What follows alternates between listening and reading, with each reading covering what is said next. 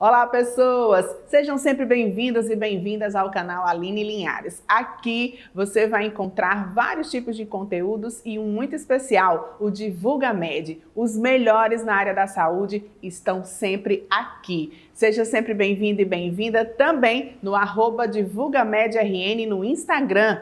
E se prepare, porque a revista Divulga Med está prestes a sair a sua próxima edição. Quer participar? Entre em contato, @DivulgaMedRN. E hoje a gente vai falar sobre gastropediatria com a doutora Mariana Diniz Cavalcante. Ela vai trazer aí vários assuntos peculiares ao trato gastro nas crianças. Vem com a gente!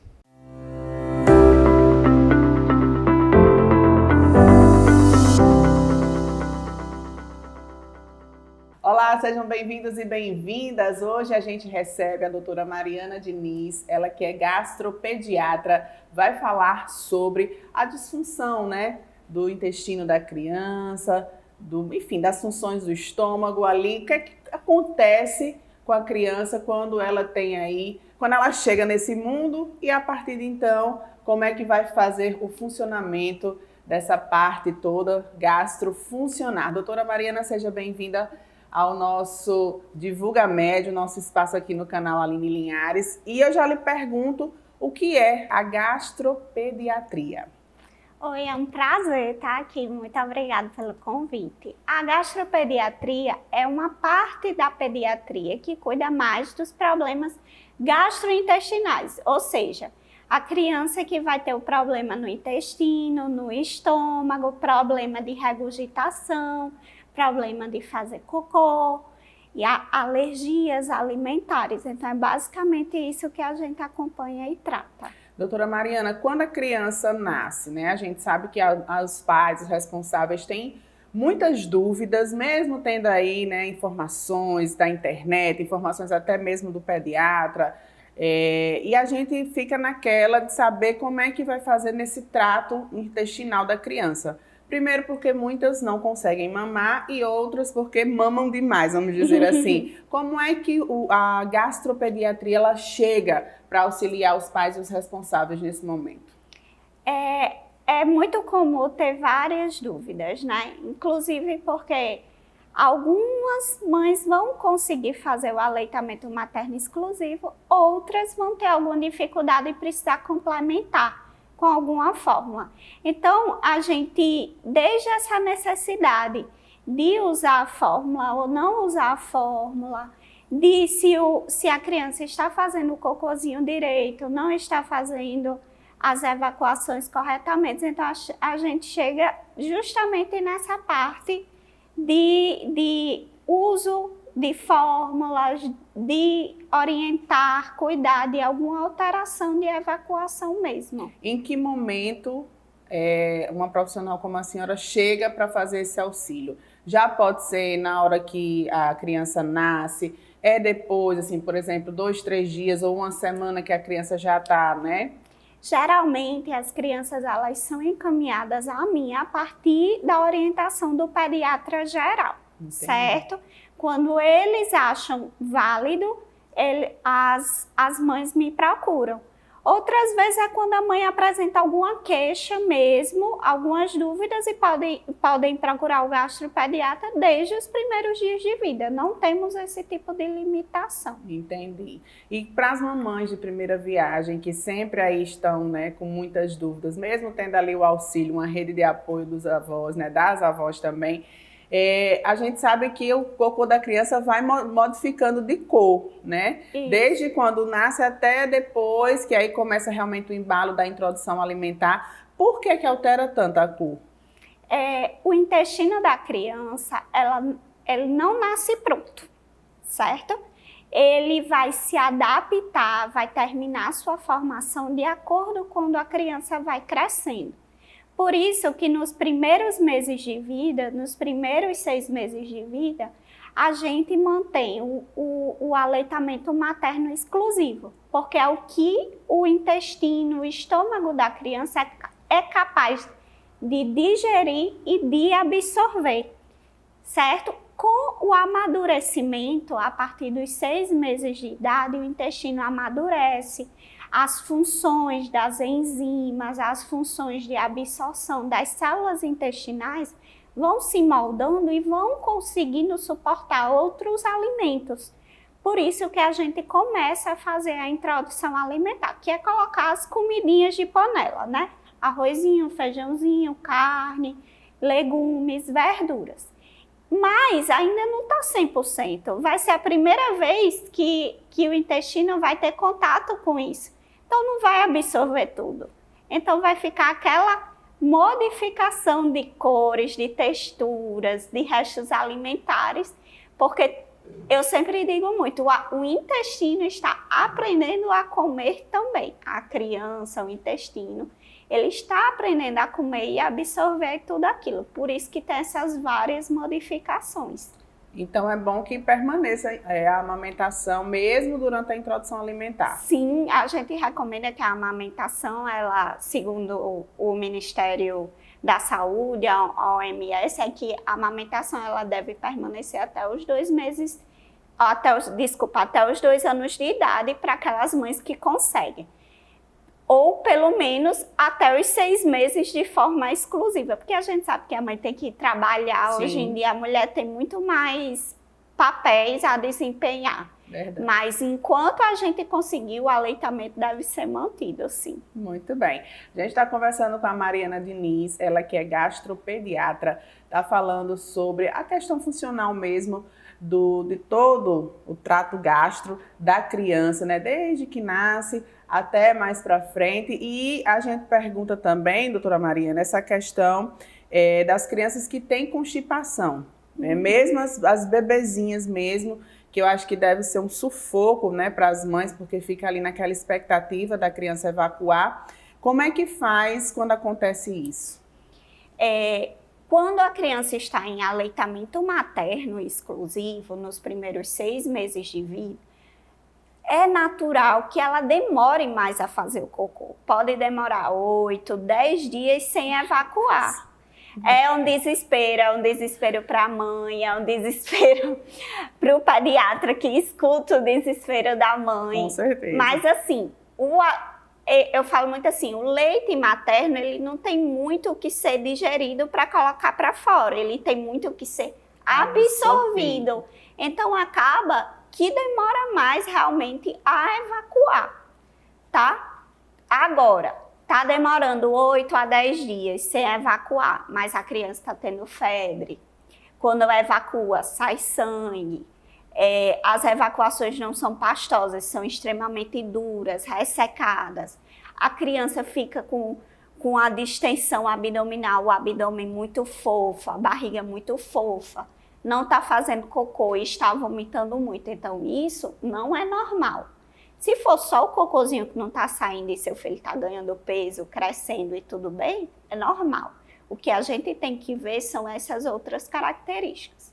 Após os 6 meses, quando começa a introdução de alimentos, possa ser que aconteça da constipação mesmo, que você falou. Da criança demorar mais a evacuar, sair fezes mais endurecidas. E isso pode chegar a causar prejuízos da criança ficar com medo de fazer cocô. Principalmente quando está naquela época do desfraude, né? Que é quando a gente vai tirar a fraldinha, quer que faça no piniquinho. E eles acabam segurando para brincar, acabam segurando porque dói. E o cocô fica duro lá dentro. E na hora de sair causa muita dor e eles sentem, que aí é o que a gente chama de constipação funcional mesmo. Entendi. Nesses primeiros meses de vida, nesses aperreios, como a gente diz, de mãe, de avó, alguém quer dar água para a criança, né? Ela está na amamentação exclusiva. Dá ou não dar água? Não, a gente não recomenda o uso de água, porque não há necessidade. Quem tem que beber água é a mãe para ter uma produção láctea maior. Certo? Além de que a imunidade da criança está começando. Então, a gente vai estar expondo ela ao meio externo, mesmo que seja com todos aqueles cuidados. Água filtrada, fervida, tudo mais acaba sendo um meio de contaminação. Então, não. não é necessário estar em aleitamento materno exclusivo o uso da água. E na introdução alimentar já pode? Sim, já podemos água, não suquinhos, água. Por que não os sucos? Os sucos, eles hoje, antes era muito comum. Meu pediatra, por exemplo, suquinho de laranja-lima tinha que ter em todas as refeições, né? E só podia ser laranja-lima, segundo minha mãe.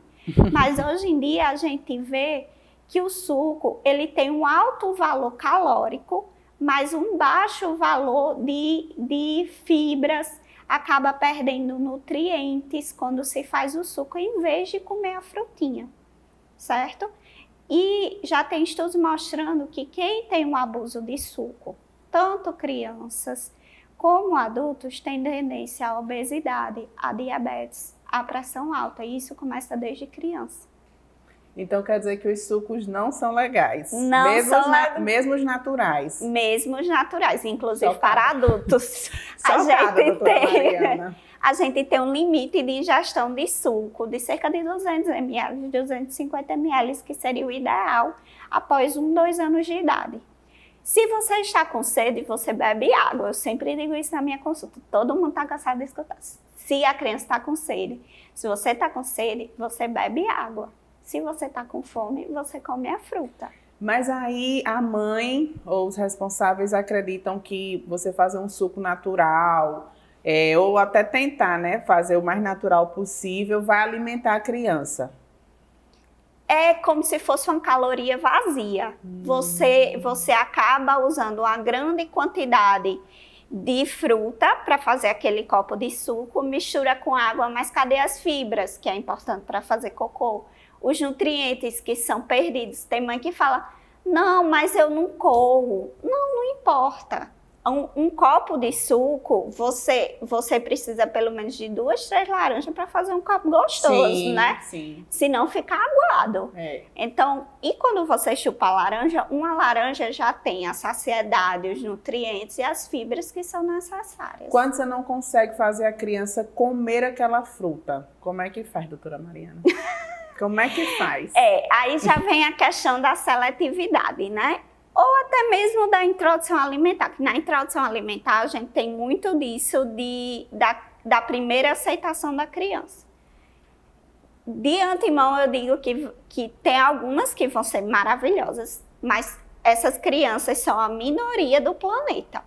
Aceitar alimento assim com facilidade não é algo comum nas crianças. Na verdade, é uma queixa muito comum das mães que as crianças não aceitem. Quando elas começam a comer, elas vão ter uma dificuldade natural de aceitação, porque elas estão descobrindo os sabores novos e elas ainda têm alguns reflexos que acabam levando a comida para fora. Elas têm o costume de colocar a língua para fora e você acha que não é aceitação, mas aquilo é reflexo mesmo, neurológico, que ainda está amadurecendo.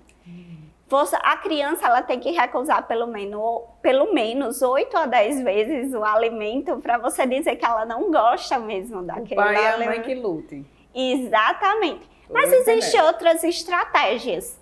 Existe a procura da nutricionista, eu acho que é muito importante nessa hora. Porque ela sempre vai mostrar estratégias, a apresentação da alimentação diferente, um prato diferente, um prato mais colorido, uma forma de vez de dar a laranja inteira, dar os gominhos, cortar em formato de coração. Então, elas sempre dão essas outras alternativas que são importantes, mas assim, não é fácil, não vai ser fácil e não vai ser de uma hora para outra. Outro motivo que também a gente mantém o aleitamento materno, porque acaba ajudando nessa hora de introdução e de manutenção, que é mais difícil. Também é importante evitar distrações na hora da comida. Celular, jamais. Celular não é o ideal. Porque tem mãe que utiliza o celular até para a criança se distrair, ela conseguir, né, colocar a comida lá. Aí vira uma bola de neve, porque quando ele cresce, ele vira aquela criança seletiva, que vai ter mais dificuldade de aceitar a comida, os alimentos. Então, evitar distrações, ver formas diferentes. Muitas crianças, quando se envolvem, quando são maiores, assim, se envolvem no preparo do alimento, na escolha dos alimentos é importante. Ir no supermercado e escolher as frutas, ir no supermercado e escolher as verduras, conhecer, muitas não conhecem o que é um tomate, o que é um alface. Então, tudo isso, ele é importante também na introdução alimentar. Nesse processo, né, de conhecer as comidas para poder também se relacionar com elas de uma melhor forma. Aí, doutora Mariana, a gente vai, né, começa, a criança já está ali na introdução alimentar, já deu uma crescidinha, está lá pelo 1 ano, 2 anos, e a mãe e o pai nós que somos nordestinos, queremos, né, colocar comidas nordestinas no prato da criança, tipo cuscuz, feijão, né, aquela macaxeira.